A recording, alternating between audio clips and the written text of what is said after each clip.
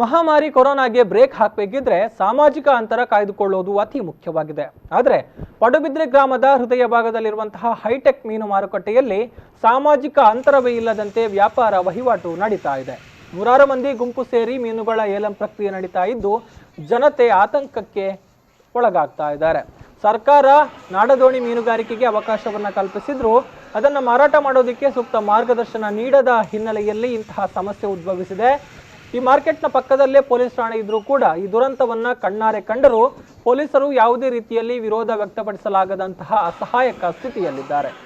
ಇನ್ನು ಈ ಬಗ್ಗೆ ಪ್ರತಿಕ್ರಿಯೆ ನೀಡಿರುವಂತಹ ಪಡುಬಿದ್ರಿ ಗ್ರಾಮ ಪಂಚಾಯತ್ ಉಪಾಧ್ಯಕ್ಷ ವೈಸುಕುಮಾರ್ ಅವರು ಹೈಟೆಕ್ ಮೀನು ಮಾರುಕಟ್ಟೆಗೆ ಗ್ರಾಮ ಪಂಚಾಯತ್ ವತಿಯಿಂದ 1 ವರ್ಷ ಅವಧಿಗಾಗಿ ಏಲಂ ನಡೆದಿದೆ. ಆದರೆ ಎಲ್ಲ ವ್ಯವಸ್ಥೆಗಳು ಪೂರ್ಣಗೊಳ್ಳದೇ ಇರೋದರಿಂದ ಇಲ್ಲಿ ನಿರ್ವಾಹಕರು ಇಲ್ಲದೆ ಬೇಕಾಬಿಟ್ಟಿಯಾಗಿ ಏಲಂ ಪ್ರಕ್ರಿಯೆ ಸಾಮಾಜಿಕ ಅಂತರ ಇಲ್ಲದಂತೆ ನಡೀತಾ ಇದೆ.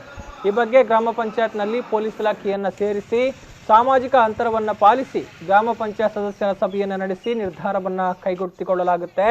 ಆ ನಿರ್ಧಾರಕ್ಕೂ ಕೂಡ ಜನರು ಸ್ಪಂದಿಸದೇ ಇದ್ದಲ್ಲಿ ಜನಹಿತಕ್ಕಾಗಿ ಸೂಕ್ತ ಕಠಿಣ ನಿರ್ಧಾರವನ್ನು ತೆಗೆದುಕೊಳ್ಳಲಾಗುತ್ತೆ ಅಂತ ಹೇಳಿದ್ದಾರೆ.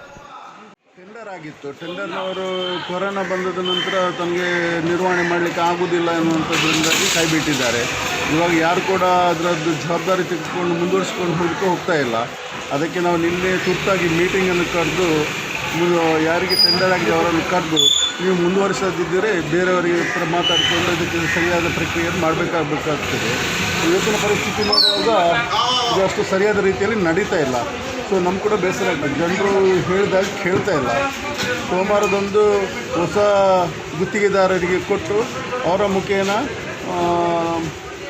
ಈ ವ್ಯವಸ್ಥೆಗಳನ್ನು ಸರಿಯಾಗಿ ಮಾಡಬೇಕಾಗಿದೆ. ಸ್ಥಳೀಯವಾಗಿ ಪೊಲೀಸ್ನವರು ಕೂಡ ಹತ್ತಿರದಲ್ಲಿ ಇದ್ದಾರೆ. ಅವರನ್ನು ಕೂಡ ಕರೆಸಿಕೊಂಡು ಅಂತರದಲ್ಲಿ ನಿಂತು ಏಲಂ ಆಗುವಂಥ ಪ್ರಕ್ರಿಯೆ ಆಗಬೇಕಾಗಿದೆ. ಜನರು ಸಹಕಾರ ಮಾಡದಿದ್ದರೆ ಖಂಡಿತ ನಾವು ಮುಂದಿನ ಕ್ರಮವನ್ನು ತೆಗೆದುಕೊಳ್ತೇವೆ.